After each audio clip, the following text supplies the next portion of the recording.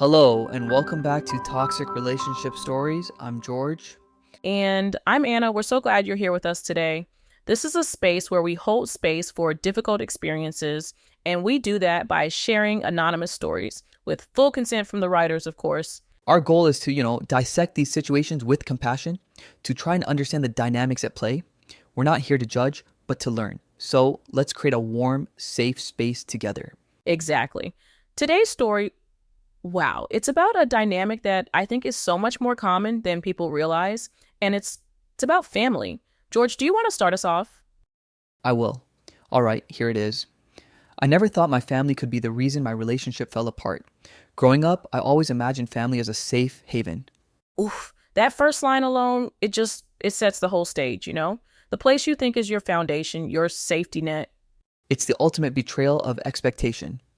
Okay, continuing. My partner Liam was amazing, but to my family, he was never good enough. It started small.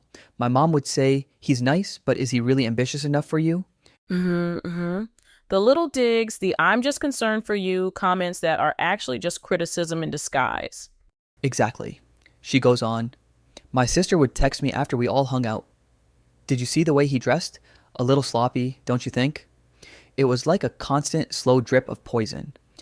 Slow drip of poison is the perfect description. Because one comment, you can brush it off, but hundreds, it starts to erode your own perception. You start seeing your partner through their filter. It's insidious. So, she says, I'd defend him, of course, but the comments started to get in my head. They'd create these little emergencies whenever Liam and I had plans, asking me to come over for a family crisis that was never really a crisis. Okay, so now we're moving from commentary into active sabotage. That's a huge escalation. They're not just planting seeds of doubt, they're actively pulling her away, manufacturing reasons for her to choose them over him. That is so manipulative. And isolating her from her primary support system outside of them. Yes. So what happened next? Liam saw it. He'd say, "They're trying to pull you away from me." And I'd get defensive, saying, "They're just my family." The breaking point was when my mom accidentally forwarded me an email chain between her and my aunt, detailing all of Liam's supposed flaws and a plan to set me up with someone else. No, oh, that's awful. The plausible deniability of an accidental forward. That's a calculated move. It's meant to be discovered. She wanted her daughter to see that. It's a nuclear option. And it worked. The story concludes, I confronted her, she cried, said she just wanted the best for me. Liam had had enough. He told me he couldn't fight my whole family for my affection. He packed a bag that night. I turned my phone off and stared at the ceiling, wondering how I'd gotten here and what I was supposed to do next. Wow. Just holding a moment of silence for her, for him too. What an impossible situation to be in. My heart really goes out to her. Absolutely. From an analytical standpoint, this is a classic case of family enmeshment. There are no healthy boundaries.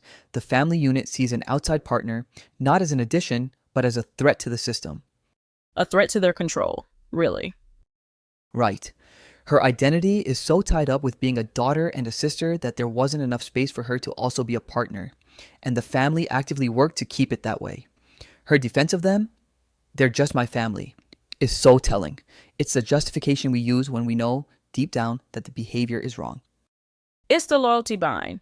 It's so painful. You feel like if you set a boundary with your family, you're betraying them. But if you don't, you betray your partner and ultimately yourself. If this were my friend, oh man, if my friend called me in this situation, the first thing I tell her is, it is not your fault. That's the most important first step. You've been conditioned your whole life to respond to their needs. You were put in an impossible position by the people who were supposed to protect you.